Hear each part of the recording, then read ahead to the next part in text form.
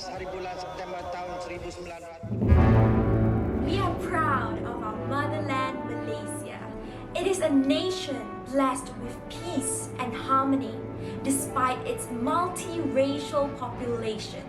But there is so much more to love about Malaysia, including Great food literally everywhere. The handcraft product made. Islands, mountains, country of celebration. the diversity of the culture. Our unity is so strong. Perpaduan adalah asas kekuatan kita. Today is Malaysia Day, a day to commemorate the establishment of our beloved country, Malaysia.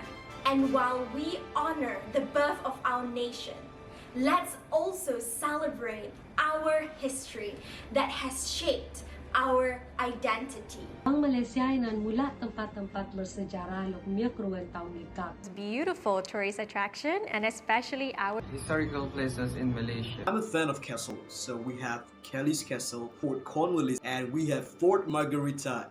Tugu Negara, KLCC. Definitely Christchurch. Preserving our heritage and culture. Provides a sense of identity and continuity in a fast-changing world for future generations. Maintaining cleanliness, especially when we're visiting the tourist attraction location. by sharing to our younger generation. By sharing it in your social media means you are sharing it to the world.